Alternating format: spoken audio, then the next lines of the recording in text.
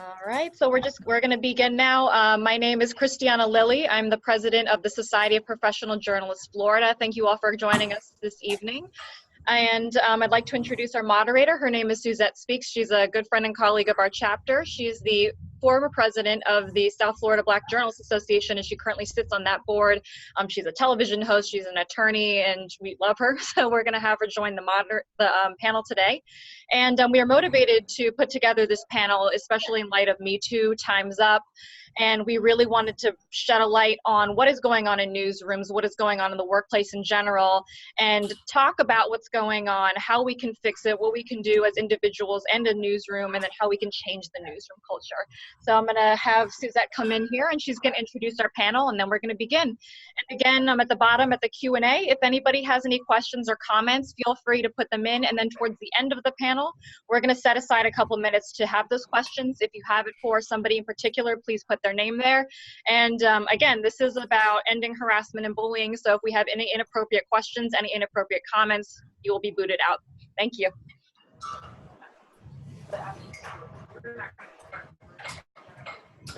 Hello and good evening, everyone. How are we? Welcome, panelists. Wonderful.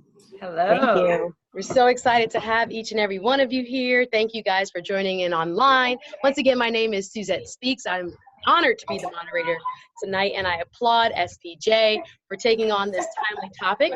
While people are still coming on, I'm going to introduce our distinguished panel members. I'm going to start with Miss Alison Bethel McKenzie. Can you wave to us, Alison, so everyone knows who you are? Welcome, welcome. She is the newly minted Executive Director of Society of Professional Journalists and has more than 30 years of experience as an award-winning reporter, bureau chief, senior editor, and media trainer. She has worked for, and the list is very long, the Boston Globe, the Detroit News, Legal Times, the Nassau Guardian, the Miami Herald, the Los Angeles Times, Poughkeepsie Journal, and the now defunct State Times in Baton Rouge, Louisiana. She is a co-founder and former vice president of the board of directors of Caribbean Media Institute, and acts as an advisor consultant for the AntillianNews.org. She is a native of Miami, hey, where we're broadcasting from. Yay, Miami. And again, she has been a member, former board member of the National Press Club in Washington, D.C. Welcome to Thank you. Miss Alison Bethel McKenzie. Thank you.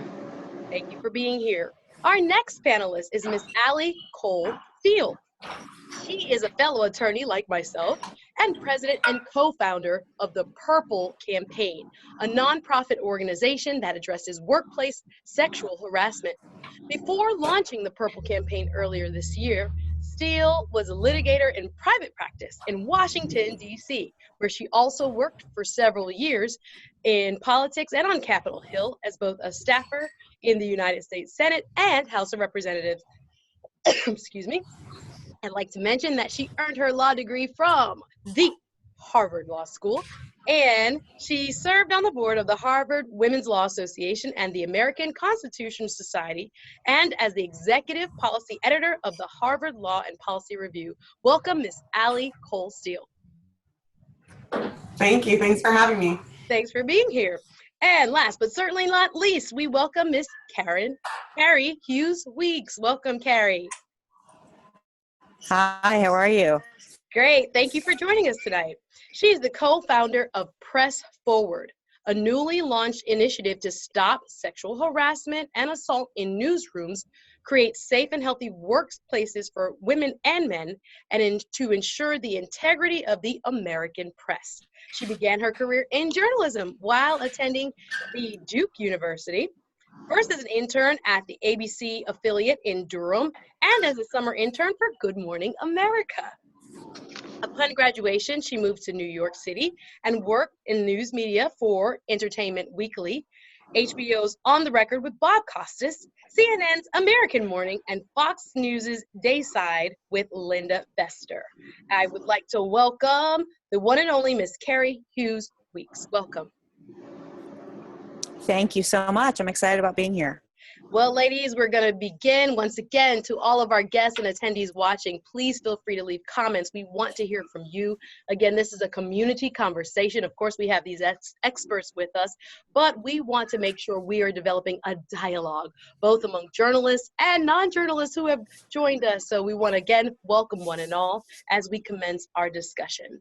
So I'd like to start first with our Executive Director, Ms. Alison Bethel McKenzie. Can you tell us a little bit about the new initiative that has been kicked off recently by SPJ Florida? Our goal is to help women in the news business, whether it's radio, TV, newspaper, online, navigate issues surrounding sexual harassment. And for us, it's not just sexual harassment in the newsroom, but often women are covering stories where sources might sexually harass or be inappropriate, especially knowing that the reporter needs information and may try to make some sort of unwanted sexual advancement. So we have launched this initiative to let women know where they can go, most specifically to let them know what the law says about sexual harassment, and to define exactly what is sexual harassment, because many people, including many women, disagree on what is sexual harassment, what it is, and what rises to the level of actually reporting it to your boss. And we're also hoping to help editors, male and female, determine how they deal with sexual harassment. We'll also be addressing very shortly something that I'm very keen on and I've written a lot about and done a lot of research on, which is online harassment of female journalists. Awesome. Well, we're going to unpack that initiative a little bit further in our discussion. Ladies, let's define our terms. I would like each of you to just jump in. How do we define sexual harassment? Sure, I can start with, I'll give a little bit of a legal definition. And then I think one of the interesting things that's happening in the wake of Me Too is that a lot of workplaces are also creating definitions of behavior that's acceptable or not, that goes above and beyond what the law requires. But traditionally, under the Civil Rights Act of 1964, which is when we first outlawed gender-based discrimination, there are two main kinds of sexual harassment in the workplace. One is quid pro quo harassment, which is really the most egregious and typical kind that I think we all would know it when we see it, which involves, a manager or supervisor asking for sexual favors or other kinds of sexual advances in exchange for something at work, whether that's a promotion or an assignment or whatever it might be. The other kind is a hostile work environment, which tends to be something that is caused by a workplace where behavior, maybe inappropriate comments or jokes or other behavior is accepted and normalized that creates an environment that makes women uncomfortable in the workplace and ultimately results in gender discrimination. Now, I think a lot of other kinds of harassment you've identified, bullying, online harassment, often interactions that take place with people outside the workplace, are things that we're really reevaluating now in the wake of Me Too and may not be covered by the technical legal definition of an employer-employee situation, but are also very much on the table, I think, now for discussion. Absolutely. That was very broad, and I think we captured most of what is now considered sexual harassment and abuse. Ladies, are there any other additions you'd like to add to that definition? I think that a lot of women are reevaluating whether or not they were harassed or somehow coerced into having relationships with superiors. Because generally speaking, it is not ethical or right for like a publisher or an editor-in-chief to approach in any kind of sexual form. It takes it to another level, a subordinate. So I think that people are sort of looking at those issues as well. Excellent. Thank you, Alison. Would you like to add anything on, Cary? Sorry, I was muted there. yeah, Press Forward has sort of come together to address these issues of culture change and looking at, what is harassment. And part of it is that, a lot, as you guys have said, like a lot of people don't know what it is, and what the legal what it is legally, and what your options are when something happens to you. And so, we believe this conversation is really important, and we as an organization plan to be conveners on the topic as we go forward and try to find real concrete solutions for this. Excellent. Well, you mentioned that your organization, Press Forward, has been literally at the forefront of this issue. Tell us more about what you guys are doing through your organization. Sure. So we came together in the wake back in October when the revelations about these powerful men in media came out. And there were a lot of stories that were in the press and people that went on the record or even went on background for these stories. But we all came together on social media. So it's one of the good things about social media that you hear these days. And we connected. And then as the Mark Halperin story came out and Charlie Rose and Matt Lauer, we all continued to come together. And there was a big group of us. And we were initially just talking about our experiences, but then it quickly turned to, we can't let this moment go without doing something. And so, due to time constraints and families and things, we wound up being down to a group of 12, and we are really working on 5 initiatives. And, our goal is to change cultures in newsrooms. And that starts, it's top-down change, but it really has to happen from within and from everybody pitching in, and we're trying to find best practices and things like that to go forward that can be recommendations for everyone to adhere to, so that we can get rid of this problem as much as we can. And one of the things that we're hearing from people who continue to reach out to us is that it's not just sexual harassment, it's bullying, it's equality, and we're hearing from journalists of color who don't speak out for fear of being a troublemaker. And we're here to try to represent everyone and really push for equality for all women. And really our mission is to elevate women in the workplace, period. So that means a lot of things. Excellent. Excellent. And finally, since we're all describing our backgrounds and the different organizations we're involved in, Allie, give us a feel of what you do through the Purple Campaign. Yeah, so the Purple Campaign is really focused on ensuring that the right kind of policy reform comes out of the Me Too movement. I think a lot of awareness has now been raised about this systemic problem across industries. And we're trying to make sure that both workplace policies, internal policies, but also public policies and the law rise to meet that change and the new expectations that I think employees and workers across industries have. So we're partnering with groups like Press Forward to work on specific industries. So obviously Press Forward is leading on this issue in the media.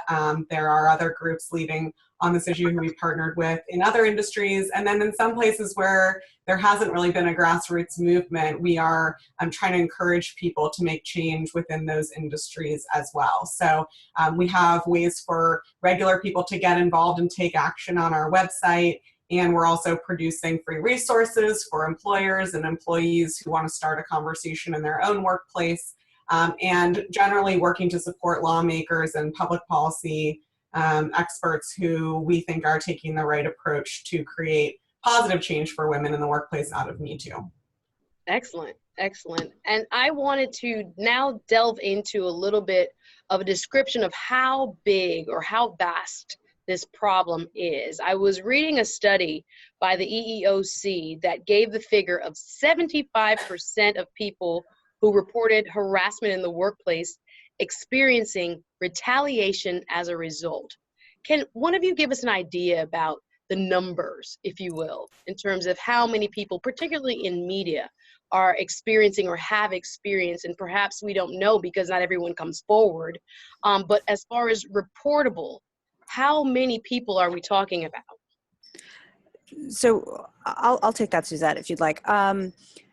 What we're hearing is there are a lot of different studies out there. The EEOC one, I think, is kind of the gold standard.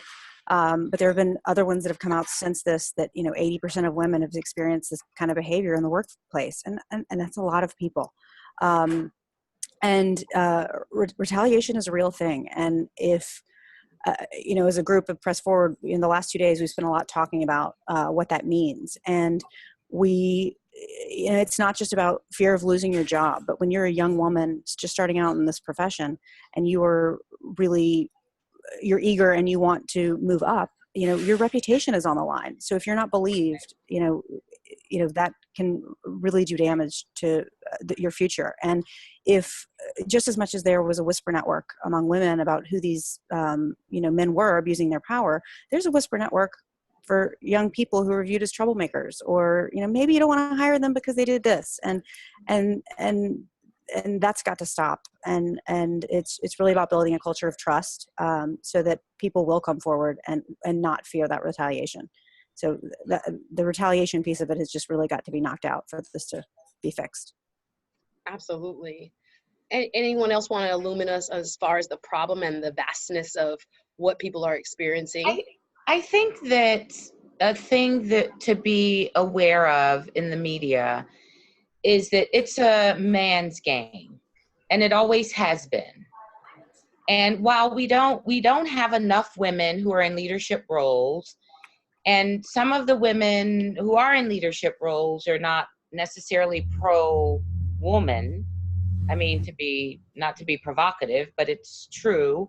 And I think that you're in a situation where you want to cover the most important stories that the men cover. Whenever we have something that is really big that happens in the country, especially in past times, you'd have the people on television were the big 3 or 4 men who would come on because they had gravitas and whatnot. And women have always wanted to sort of be in that game in the newsroom. And I think because of that, you've had a lot of women who've put up with things and sort of looked the other way, or some of them may not have looked the other way and may have said something or reported it or whatever.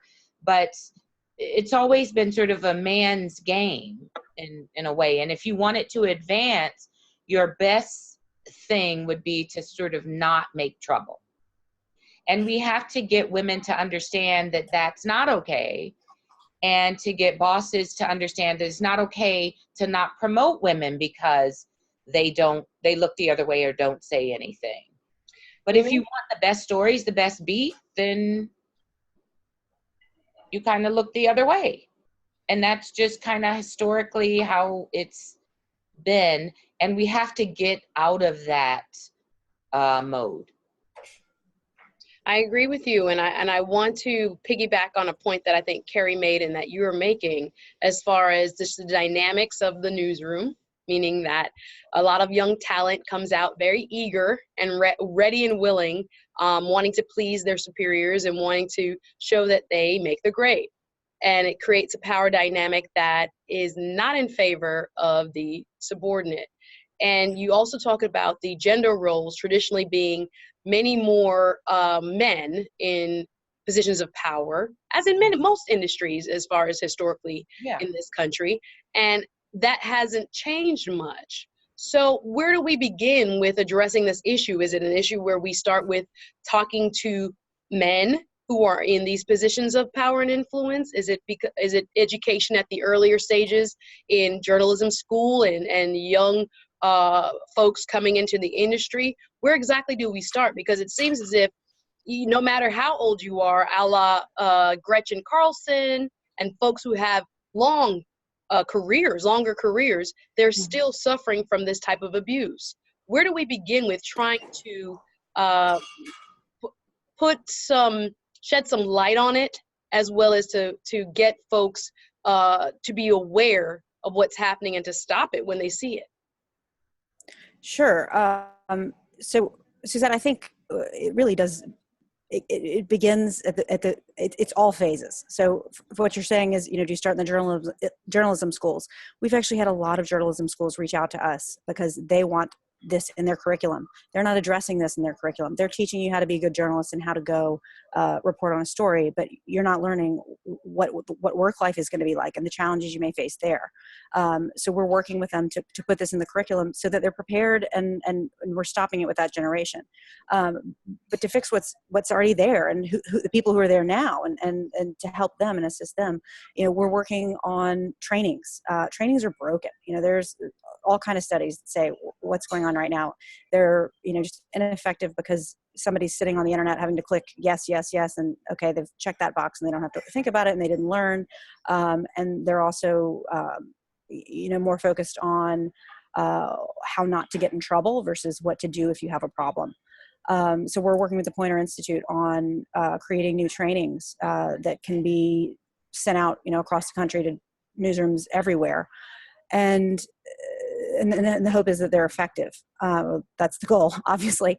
So I would think that, it's culture change is really going to have to come from the top down, though. And a leader is going to have to lead and show that they have those values. And, we've been fortunate enough to be talking with all the networks and see what everyone is doing. And some of these leaders are sitting down with their people and saying, please feel safe to come forward. And we recognize that's still not quite enough because the trust has to be built.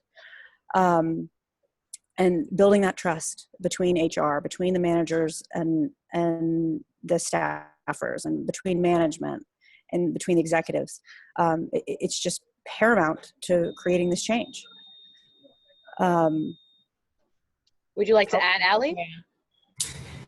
Yeah, I agree with Cary. I think it is all of the above. And, one of the things that we're especially focused on is, I think, an issue you raised earlier about the lack of reporting that's even happening right now. Another statistic that jumps out to me from that EEOC report is that 70% of people don't report harassment to a manager or a supervisor in the first place. And so that is not surprising when you consider the fact that when people have been reporting historically, at best, generally nothing's been done because oftentimes the employer wants to protect, the person with more power, or is just looking to reduce their liability risk. Or worse, often the person reporting does experience that retaliation that you mentioned earlier. And so the message that's sent is why would you report? And so I think that's why the top-down policy reform change and the message sent from the top is so important, which is why engaging men is really a critical part of this too, because they are in leadership still in so many industries, and without their I think bringing them to the table and working with them to explain and educate a little bit more about why reform is so necessary, we won't end up with the lasting change that's really needed. So I agree, it's a lot to do, but they're all really important components of fixing the problem. Excellent point. Alison, have we started doing enough of that top-down approach, do you think, when it comes to targeting leaders, as Ms. Cary just spoke about, not just as a quick, click online, as far as doing trainings that are less interactive and not live? Are we doing enough to try to reach out to those leaders who can set a different tone in our newsrooms? We've had, I can't remember a newspaper I worked at that did not have a sexual harassment policy. And this is from the 80s. And early 80s, mid 90s, 2000s, they all had sexual harassment policies. The problem is being able to enforce them and being able to make women feel as though they're not going to not get the best job because they report it. And that's a psychological and a cultural thing that I think Cary really pointed to that has to be overcome. I think it can be overcome. I think it will take some while. I think that you have certain segments or certain women, minority women, particularly Black and Hispanic, who won't report it, who won't talk about it, who it's just, they won't, for cultural reasons or whatever other reasons. And I think that we have to have a way to, when it comes from the top down, to ensure that women still get the big stories, because at the end of the day, that's what it's about. It's about being able to get that career-breaking story, being able to report, do the war stories, to do the stories that really matter. We can say that that's not what it's about, but that really is. When I talk to members and I talk to women, that is what determines whether they go to the next level in their career. Absolutely. Whether they move from reporter to on-air talent prime time, or whether they move from a rookie reporter to an editor or to a senior editor, a bureau chief, or even on the investigative team. And if women feel as though they report it and they don't get those promotions, then we have an issue. So I think we have two areas to work on. We have to work on helping women to believe that reporting does not mean that your career stops the minute you walk into that editor's office or that producer's office or HR's office to report it. And we have to make sure that the people at the top ensure that their position doesn't stop there, that they are able to climb, and they're not this sort of person in the newsroom who, you can't say anything to her because she'll report it and you'll lose your job. Excellent point. Let's look at some real world application. Say someone who's on our conversation here is experiencing some sort of mistreatment or abuse, or has seen someone else having to deal with that. What are the steps? What are the steps they should take within their workplace to ensure that it's addressed and that it's addressed appropriately? Well, I think that if you witness someone else, or you think someone else is being harassed, I'm a proponent of pulling the sister aside and talking to her as a friend and saying, are you okay? Do you feel somehow pressured? Are there unwanted sexual advancements that are being made towards you? I think it's important to talk to the woman before reporting it, because you can go and report it and she can deny it, and then nothing happens and it can spiral downward. So I think it's really important to talk to the woman, try to make her feel safe, and even go as far as saying, I'll go into the room with you, I'll go to HR with you, because I have witnessed what I think is inappropriate behavior towards you, etc. But I'm also a proponent of documenting. I think you have to document, because it becomes a he say, she say, she said he did this, he denies it. So I think it's really important to document it as best as possible. And then to sort of compose yourself and go in and say, this is what's happened. This has happened 3 times. This has happened 5 times on these dates. And it's made me feel a certain sort of way. But Cary may have. Yeah, Alison, yeah. I have a couple things. So one, I think you've hit the nail on the head. You know, you've got to document. And I'll just, as a resource for everyone, betterbrave.com. They're some friends of ours in this workspace. And they have some great tools for people who are out there who need to document and don't know how to do it. You know, it'll help you print emails, and they have great guides for, you know, what to do, how to document it. And if you see it and you're a friend, as you say, or a manager, and you see something happening to someone, you know, what you can do to help them. So they have some great guides on that topic for everyone, just as a resource. Mm-hmm. You know, and we are fortunate enough to have Gretchen Carlson on our board, who's been a huge proponent for this issue and has written a fantastic book that I can't help but recommend to everyone. But she's allowed us to reprint her sort of 12 steps on what to do if you're being harassed. And a lot of it's about documentation, and it takes you from, you know, the moment it first happens all the way through, you know, how the policies you need to do, you know, being aware, and Allie can probably talk about this more, but being aware of, you know, time constraints and statute of limitations and when you have to report. You know, I believe it's Al, you correct me, please, but I believe it is 365 days you have to report it to the EEOC if you plan to file a lawsuit, if that's something you want to do. And so there's a lot of rules and regulations around that, and being aware of that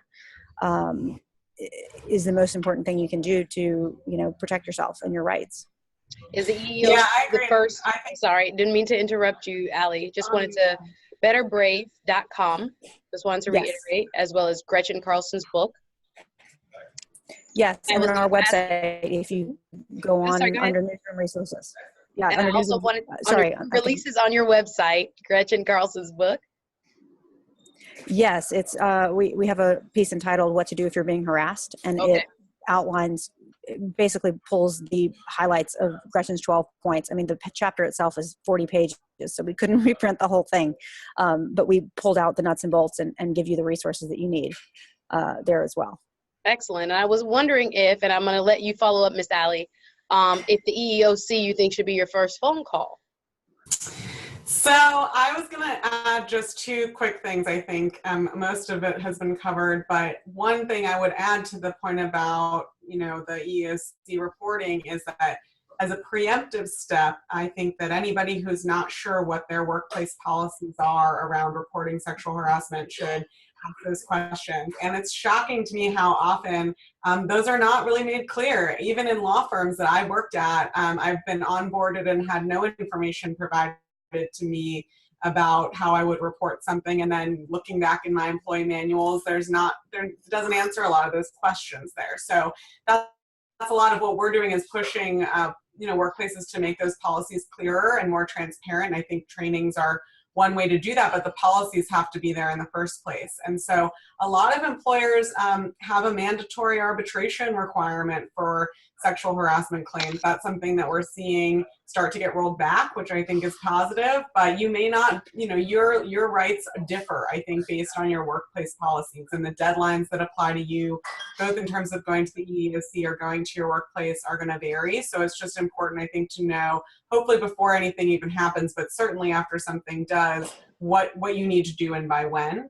And, I think the other thing I would just add is that there are some counseling resources that are out there too. RAIN has a hotline you can call just in case you need more of the, support services. I think there are a lot of groups out there, but RAIN's hotline is the main one I would mention that, can provide just some counseling. I think your first call should be to whoever it is that you trust the most, either within your workplace or a mentor within your industry. And they will, be able to help you think through who the best next steps are. I wish I could tell everybody that you should go straight to HR and report it, but I'm not sure that's the best advice in certain situations where retaliation is really common, and it may not be, the best way for you to get relief. It may be that you want to talk to a lawyer first. And so I think that whoever it is that you feel most comfortable sharing the most information with, I think talking about it is always helpful. And these outside resources like Better, Brave, and RAIN can also be there for you if there isn't an obvious person in your workplace. Excellent. Excellent sources there. Let's switch it over now to managers. Post Me Too, what can managers or people who are in leadership roles within the newsroom be doing to help create a healthier environment? I'll speak to that first. So one of the things that we continue to find sort of funny is a rule that came out of Stanford. So I guess it's okay to say, just a no a-hole rule. You don't want any of those in your workplace, and there should be zero tolerance for that kind of behavior. Starting there, and really managers need to be fostering simple things like the golden rule. Following the golden rule, you're just not going to get into trouble. And if you lead by example, your newsroom is going to be a much healthier place. And going back to that trust and safety, building that trust and safety, so where your employees know that if they come to you or they go to HR, that something is going to be done. That is just really, really important. And then I think I'll stop there for a minute. Okay, so I setting the also- tone by the form of leadership they offer, A, Sure. and leading by example, B. Mhm. What would you like to add, please? I think it's important for women, especially if they're younger than their subordinates, the people who report to them, that they not be intimidated to approach the men and talk to the men. Because I think that's really hard. I mean, I started really young as an editor. And when I was 25, I had a male reporter who was 60. And it was intimidating. You know, so he made all sorts of jokes about how I'm young and why is he reporting to someone who's like his granddaughter's age and whatever. And so I think it's like really important for female managers to be able to have the skills to approach men and not be intimidated to approach them and say, listen, you know, and have these hard conversations. I think that, you know, your jokes are inappropriate, and maybe physically you're being inappropriate. I think that's really important. But what's also important is that manager, male or female, but particularly if the manager is female, is backed up by the top boss, and is supported by that person. Because I think managers also have issues.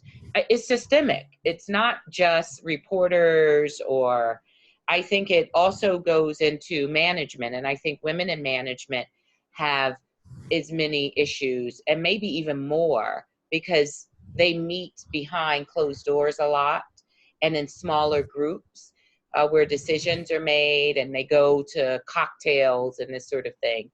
And I think that I think women managers especially need to feel empowered to be able to talk to men. Excellent point. Yes. I'll add one more thing that I just am thinking about.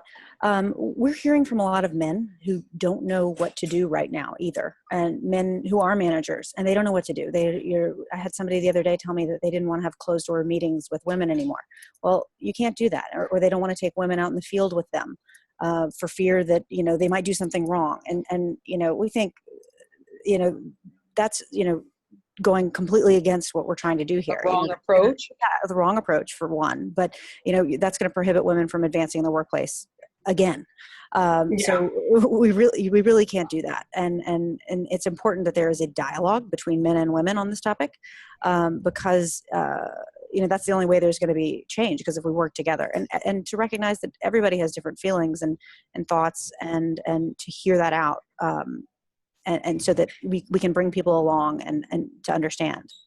So But that's why I think it's important, Cary, to really have a dialogue on what is sexual harassment and what is not sexual harassment.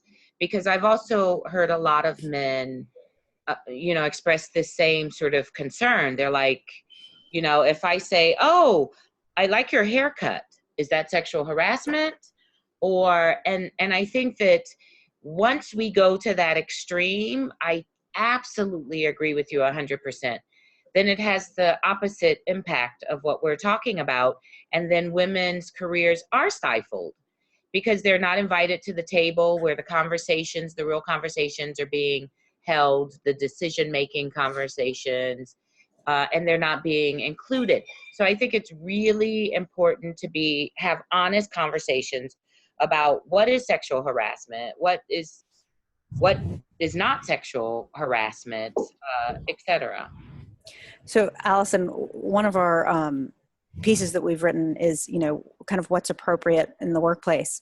And one of our sort of rule to live by is if what you think you might say to someone, you could not say to that person's mother, then you probably shouldn't be saying it. You know, it's just kind of a basic thing. And, you know, you can say, you know, I like your shirt, but you can't say like, ooh, I like your shirt. You know, you wouldn't say it that way to that person's mother. Right. You know, that's not that. So That's a good rule of thumb. Yeah, we thought that was just a interesting rule of thumb to start out with, as you think about how to behave. It's because men have these questions. What do I do? How do I behave? I don't think of myself as a harasser, and certainly don't want to do that. So what can I do?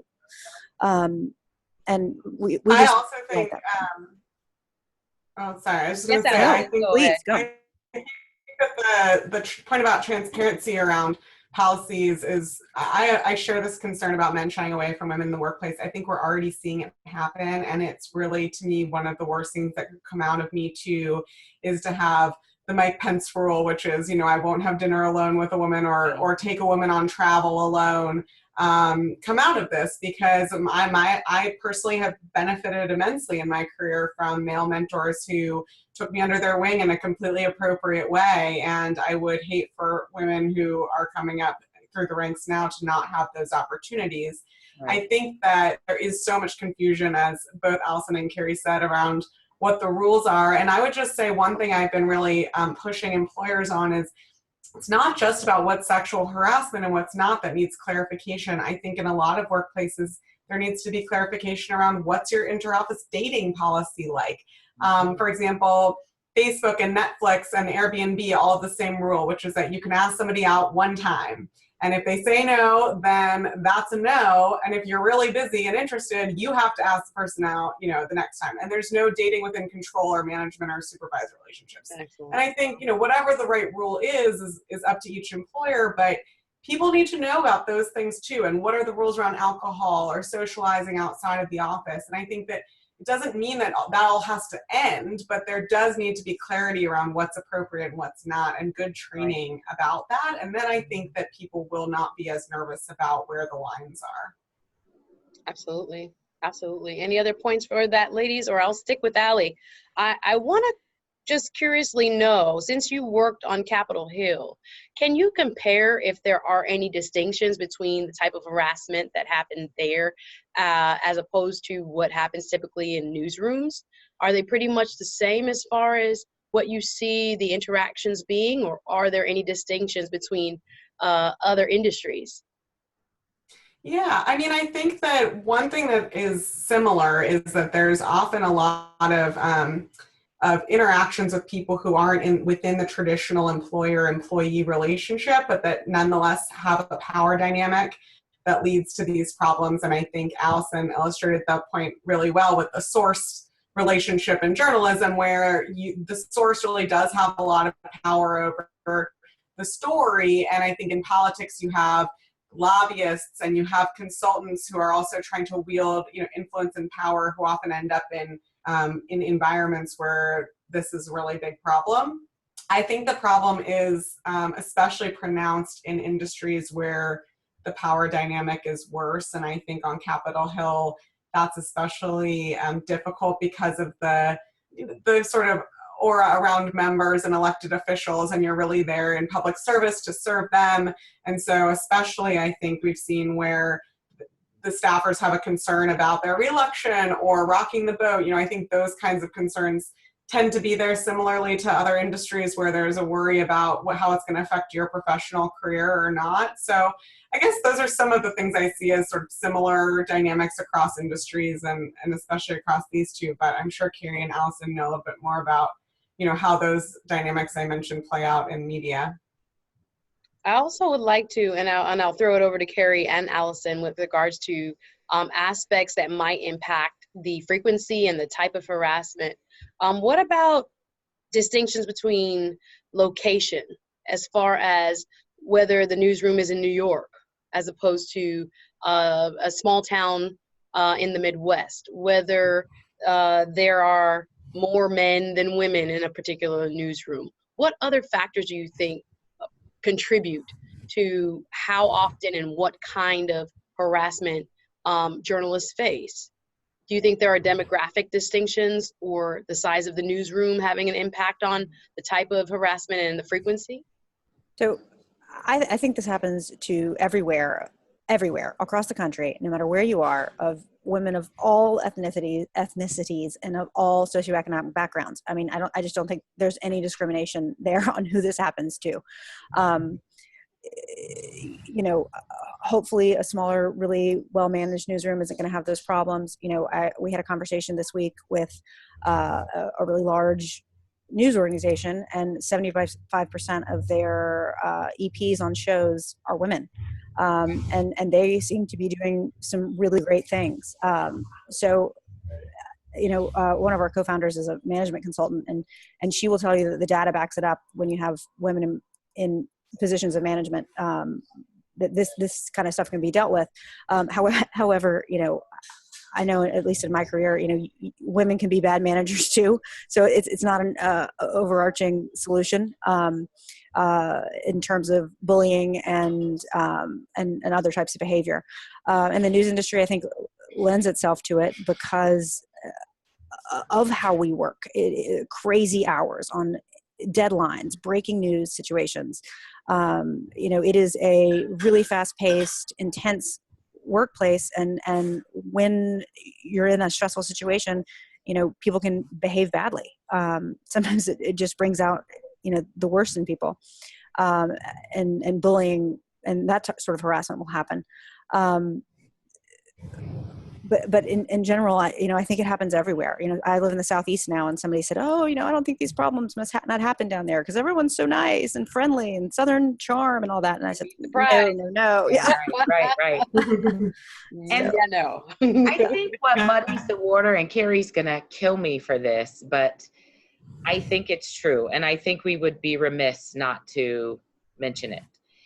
But I think what muddies the water is that you do have the rare person who is a climber, who puts him or herself out there and is unethical, what I would consider unethical, and will do whatever they can to get a certain position.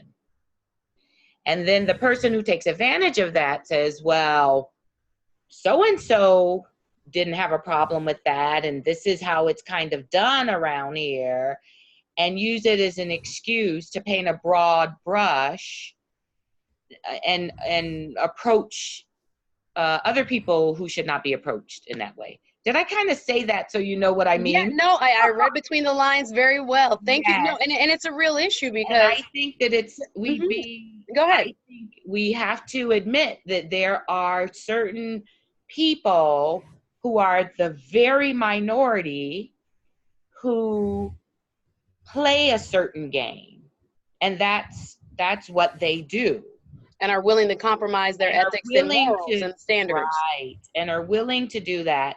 And I think that harms our movement and what we're trying to say. And I don't know if it's a matter of sort of re-educating them and saying you don't have to do this in order to get ahead. I don't know how we address that small element that abusers use as an excuse. Ladies, I know that is a very interesting point and a very real point. Do you guys want to illuminate any further on that? And I do think that's an issue that plays a role, that there are people who are playing a certain game, as you stated, Alison, and that it creates a harmful excuse to open the door to others who don't want to play that game. When another person encounters that same person who took advantage of someone's willingness to kind of go there. Yeah, that is tricky. I'll say, in one of my personal experiences, I said no to the advances and got out of there. But I think about how many women had to have said yes for this person to be so brave and to continue to have that behavior. And now I know it was so widespread, I wasn't the only one. But I think that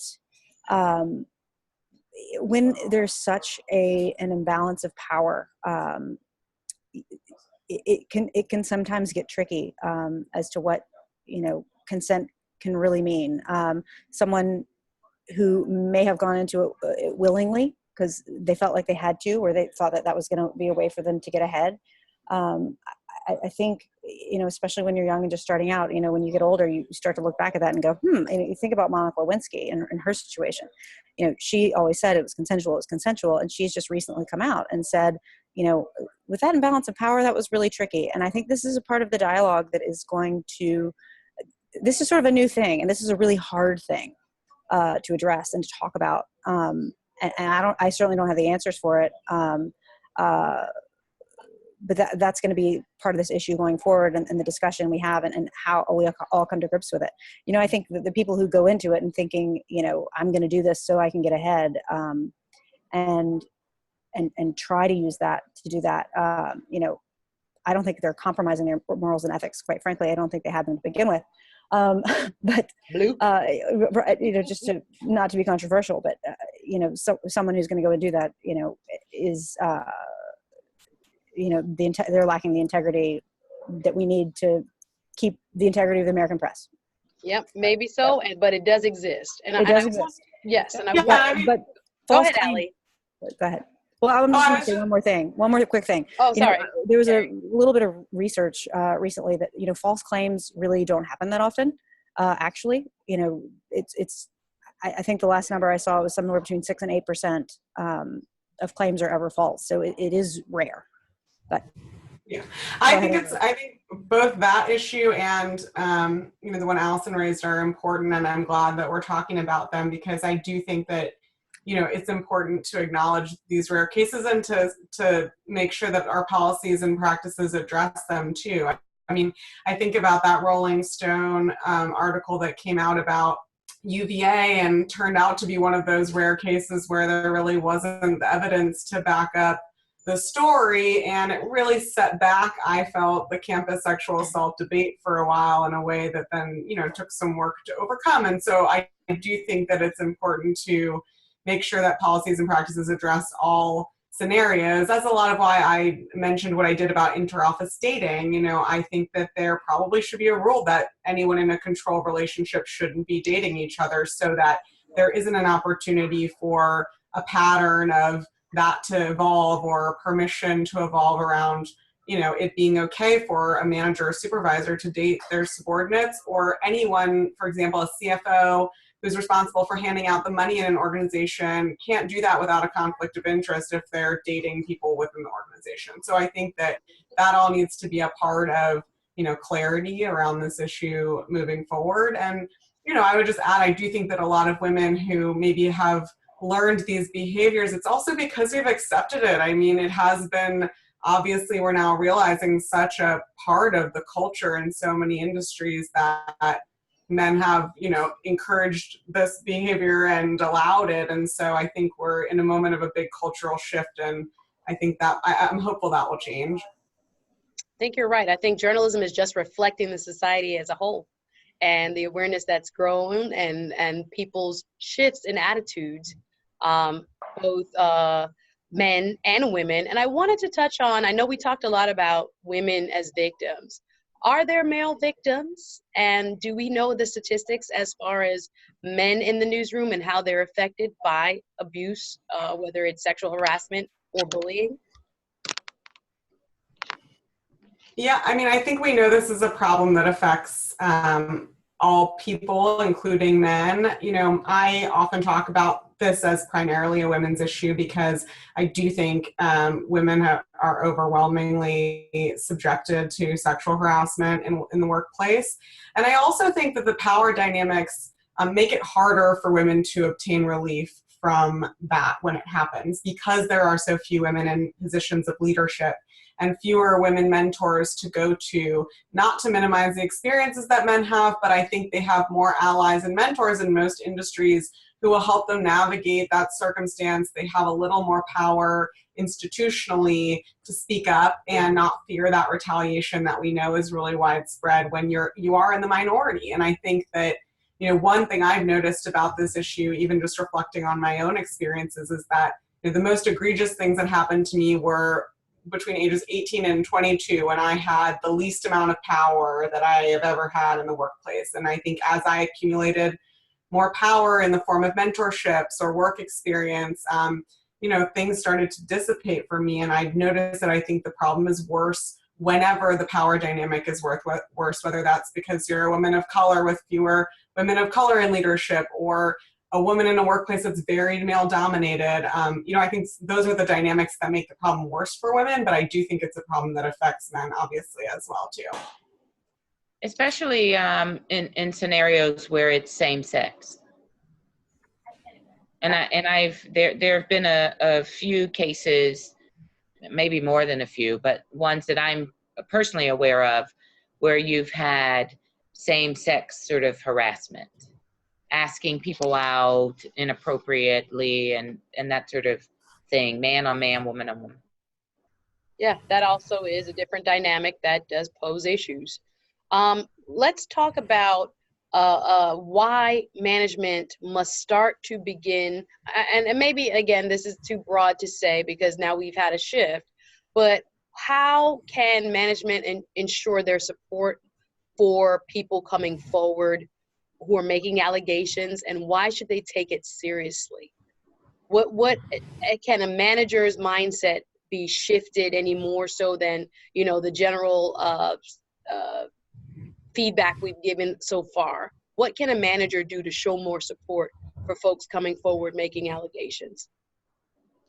Well, I would just say, you know, you have to hear what the person is saying and take it into account. And no matter, you think about the people who've been exposed, you know, no matter how unbelievable that scenario may be, you have to investigate because there may be some truth to it. I mean, some of these men were considered to be sort of national treasures, and you know, these kind of things would never have happened, but they did. And so if a manager is faced with something like that and a report is given to them about someone within their newsroom who they respect and just would think, oh gosh, that person would never do that, an investigation has to happen. And a manager has to listen and take that information and really dig in. And if it turns out that, you know, that behavior happened and is true, you know, there has to be zero accountability. And, you know, the punishment has to fit the crime. You know, I'm not saying, you know, everyone needs to be fired and to never come back, but, you know, a manager really has to dig in, and that's how I think the trust is going to be built, when people see that's happening. I also would like to give an opportunity to anyone who's comfortable, and we do have some questions online. Again, thank you everyone who's attending this panel discussion. We want to hear from you. Make sure you go ahead and type in your questions. We want to have the panel address those issues that you're bringing forward, and we're taking them now. So make sure you please go ahead and share your questions. I wanted to ask if anyone on the panel is comfortable enough to share maybe not naming names, but specific information as far as how an instance of harassment played out for you, and what you did or how it occurred and how it was later addressed. I'd like to see if we could talk a little bit about something that happened to one of you individually and how it was resolved or wasn't resolved. Cary, would you mind sharing an instance? Sure. Unfortunately, you know, I have a couple to choose from, but, you know, sort of the most egregious was a quid pro quo, and it was going to what was a job interview for me, and what I saw was a real opportunity. And I regret that at the time I was very young, and I got an email from the person that was completely inappropriate very late at night. And I said, oh gosh, you know, that person must be drinking. He's going to regret this tomorrow. You know, I'm smart. I can get this back on track. And I thought I did. And then I went to the interview, and everything was professional until the very end.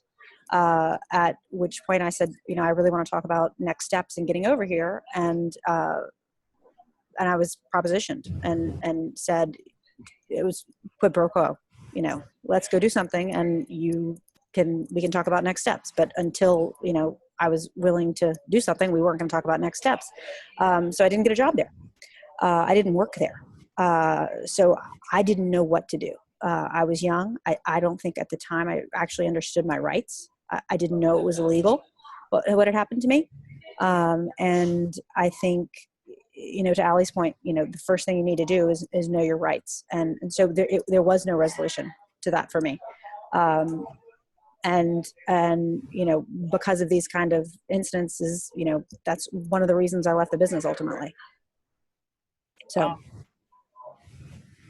Yeah, I mean, I would just echo that experience, and that, you know, my story that I ended up talking to a Washington Post reporter about in October, when Me Too was taking off was something also from when I was very young that, you know, really sent a message to me as a young woman in the profession that this is something that you need to assume as a risk and shouldn't be surprised, you know, to encounter. And I think that the most damaging part of that for me was realizing I didn't report it through formal channels, because as I started to talk to people about it informally, I realized everyone already knew that this person was a problem. And the solution, which we've now seen really play out in a lot of industries, was to warn people away from, you know, working for this employer. And I think that's going to perpetuate gender inequality across professions, because to Cary's point, you're going to lose good talent and people who come into an industry excited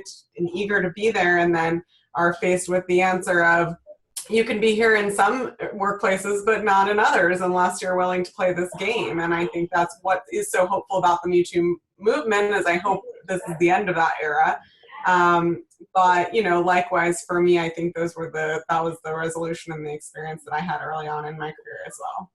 Thank you. Thank you for sharing that, ladies. So what does the future look like in terms of what can your organizations, whether it's SPJ, whether it's the Purple Campaign, or Press Forward, do and are doing to change culture in the newsroom? And do you see, or are you seeing a shift? So I'll start. You know, Press Forward's had the opportunity to talk with a lot of the networks, you know, just this week, and every one of them is doing something, and they all recognize that, you know, this is a big problem and they want change. So I think that is really hopeful, and I applaud them all. You know, what we hope to do is, you know, we believe culture change just doesn't happen overnight, and you can't just put in a whole new slew of policies and expect the problem to be gone. That we really have to understand the problem first. You know, if, take the plane engine from Southwest that breaks, there's a whole study into it, and looking at all the problems and making sure it never happened again.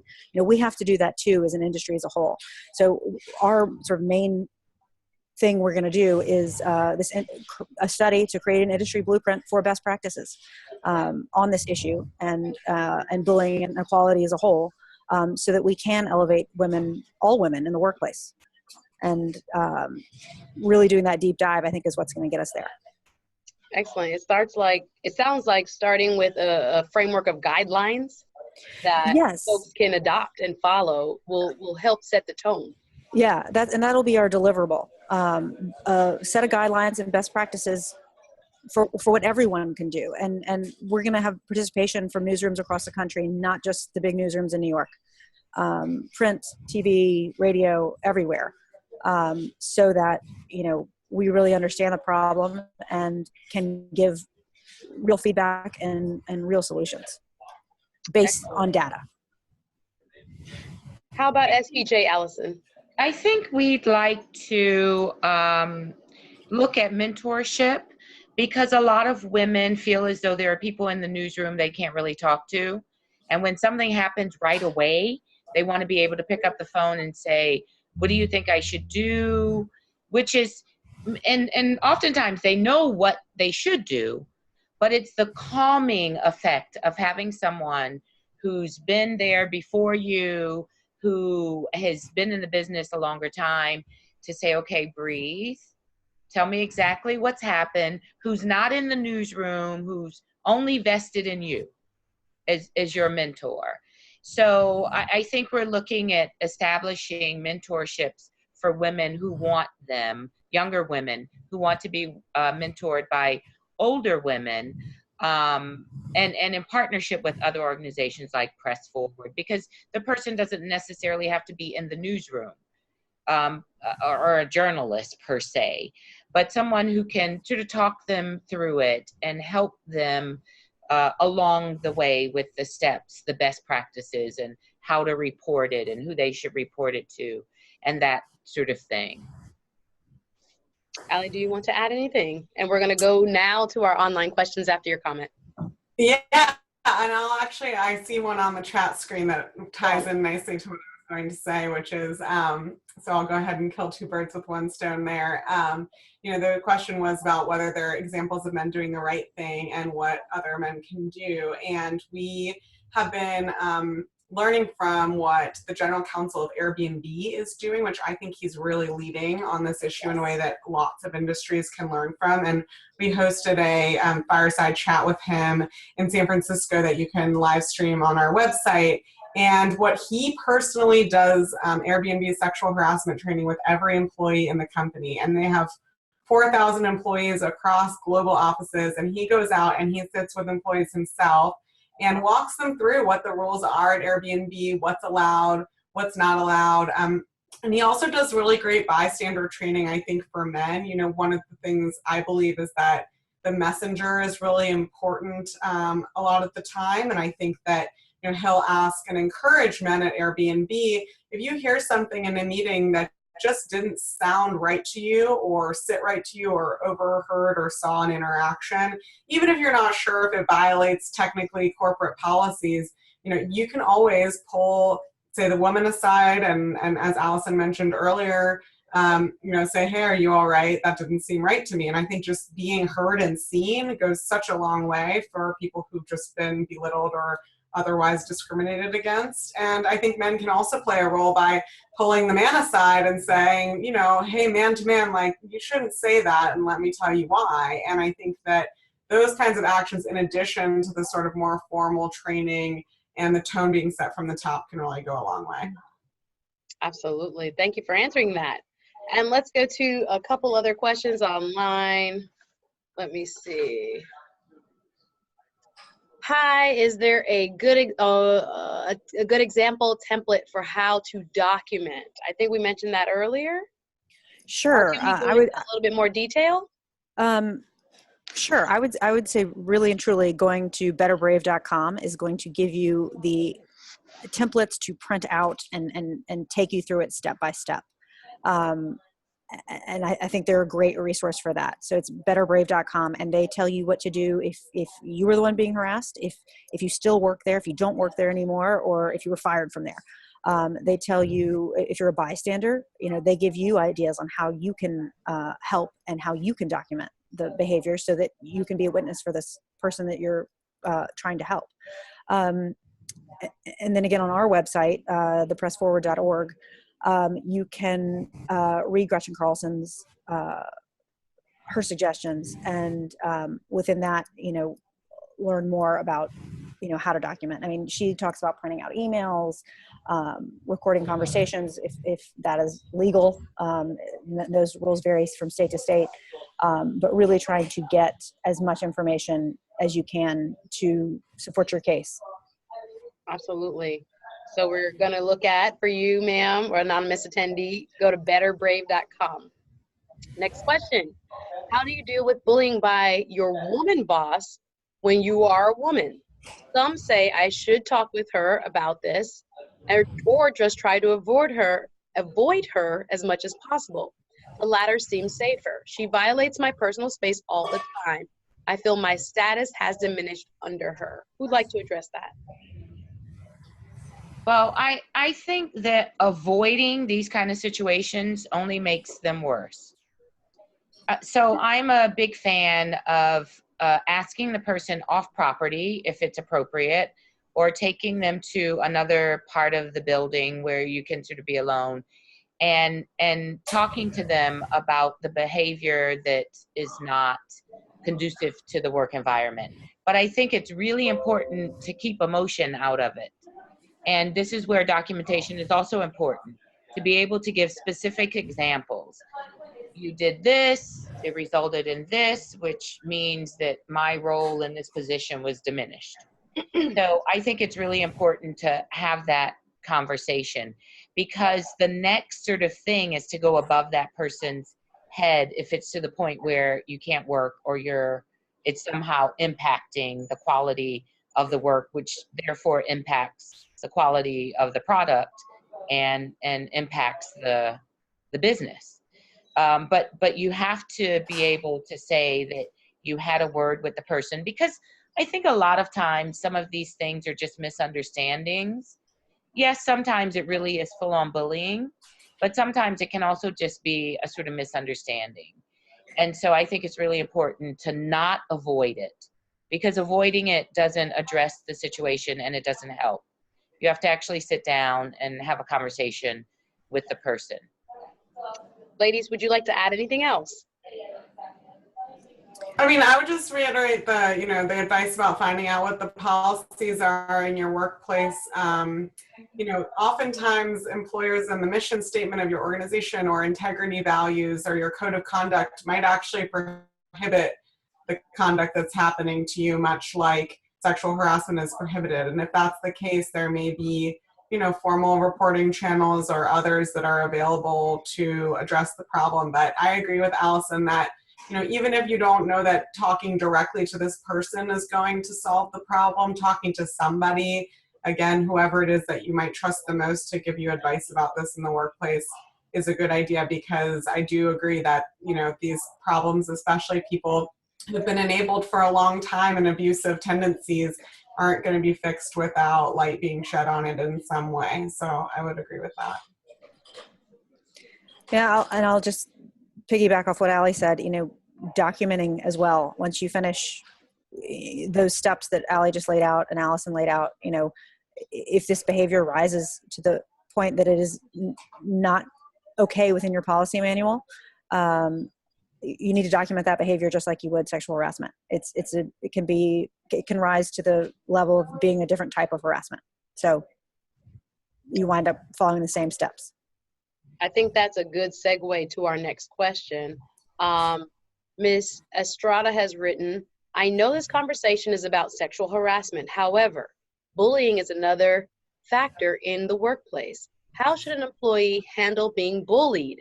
And how should someone identify retaliation once reported? So first, let's define workplace bullying. Anyone would like to take that?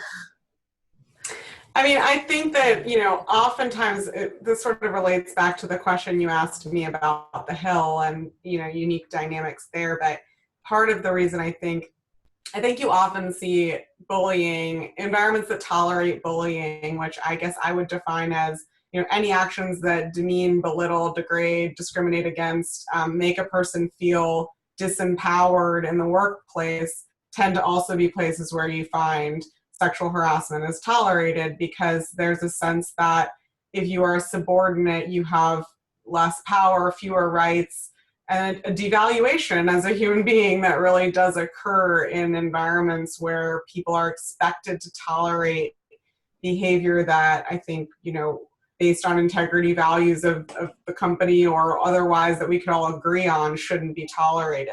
And they're often accompanied with a real fear of speaking up, and I think a culture of confidentiality or not rocking the boat, or where troublemakers are especially disfavored, whether that's, I've seen this problem, for example, in the judiciary or in national security field, where confidentiality is really, really prized. I think people are more afraid to push back or rock the boat. So I think the same advice we gave about, a female boss or other boss who's harassing you in other ways would apply here. Just I think it's really important to find out what the policies are and what your options are for recourse, and to speak up about it. I think that there was a great quote that I saw recently that said, the most common way people give up their power is by thinking they don't have any. And I think that, by just knowing that you do have a right to be in a workplace environment that's free from bullying and harassment, and that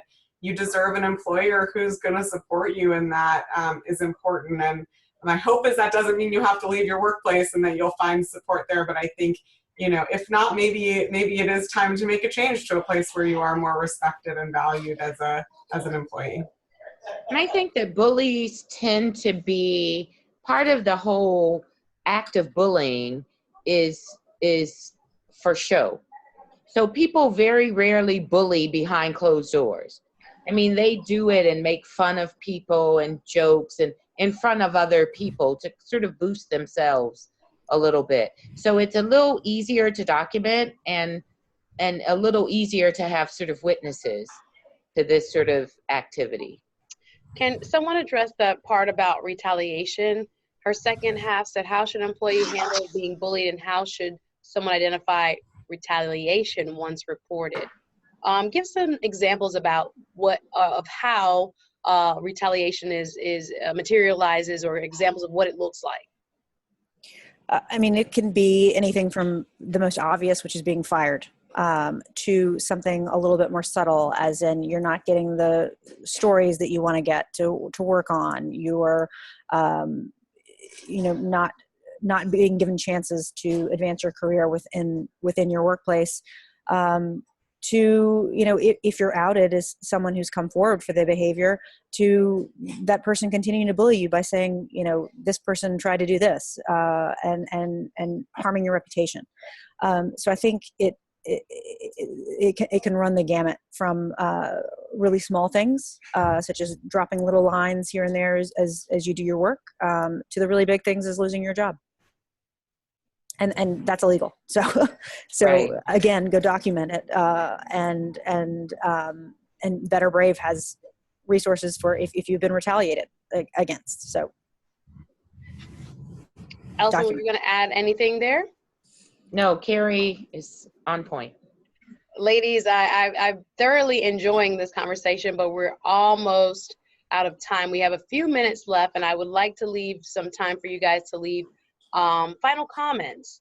I know we've touched on a myriad of topics, but whatever you'd like our viewers and our audience to be left with regards to what we can do as individuals to push the culture forward in support of more transparency, and obviously building an environment that is less welcoming and less tolerating of this type of behavior.